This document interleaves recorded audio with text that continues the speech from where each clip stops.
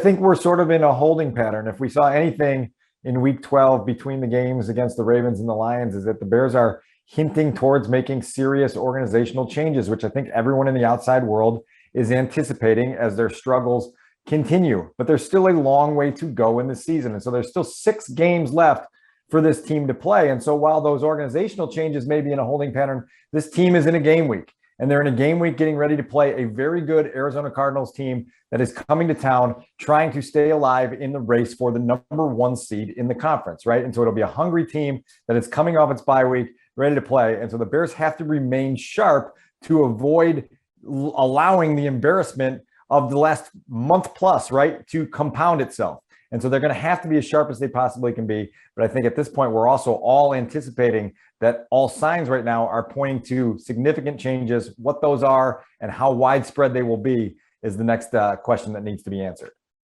What's the latest on Justin Fields, and how will it be determined on who will start for quarterback for the Bears this week? Yeah, obviously the good news is that Justin has been able to return to practice. And the very first practice of the week on Wednesday, he looked pretty good moving around during the portion that was open to reporters to watch. Didn't seem to have much limitation with his mobility, was throwing the ball with some obvious zip. Those are good signs in his recovery from those injured ribs. Now, there's a difference between running around on a Wednesday afternoon practice, a Thursday afternoon practice, and being able to withstand a hit in an NFL game from very big people that come to take your head off on every single play. And so Justin is going to have to work with the coaching staff, who's going to have to work with the medical staff to make sure that he is safe to play, right? And not only tough enough to play, but in a position where he is not in danger of re-aggravating that injury or making it worse, or even worse than that, just having it limit his capability as a player, because his growth over this last month plus of the season is absolutely critical to the future of the organization. And so as this week unfolds, they've got to see what his pain tolerance is. They got to see how he responds to each day. And by the time they get to the weekend, they have to have a good feeling for, is he ready to play a full game against a really good team on Sunday? If so, you turn him loose and you see what he can do.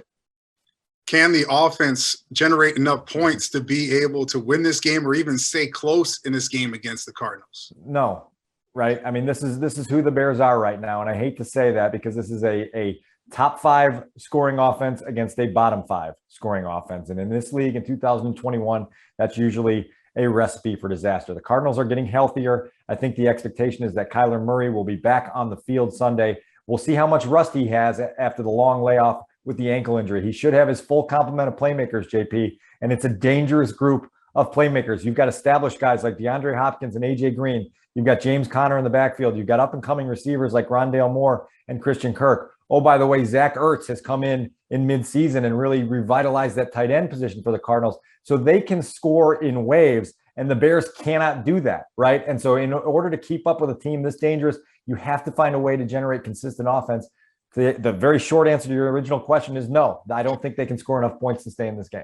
Well, that means that the Bears defense is going to have their hands full, which we know that's going to happen. They have a lot of injuries, though, Dan, and especially to Roquan Smith, who's dealing with that hamstring injury. Where do they stand on the defensive side with all these injuries? Yeah, another brutal blow on Thanksgiving to see Roquan go down with the hamstring issue. Obviously, again, we've talked about this in weeks past. When you get to the stage that the Bears are at now, at 4-7, and really not legitimate contenders for anything meaningful, you have to make smart decisions, particularly with your top players, guys that are building blocks for the future. Roquan Smith is in that class, and so you have to make sure you bring him along at a pace that makes sense to get him back on the field, and not, again, the same as Justin Fields, as we talked about a few minutes ago. You don't want to re-aggravate that thing. So the Bears will go into this game Sunday, most likely without Roquan Smith.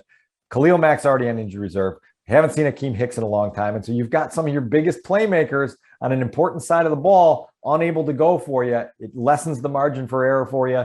And that's just what they're going to face again. And it's not just the Cardinals. A week later, they go to Lambeau Field to play a Packers team that is also competing for that number 1 seed and that first round bye in the NFC playoffs.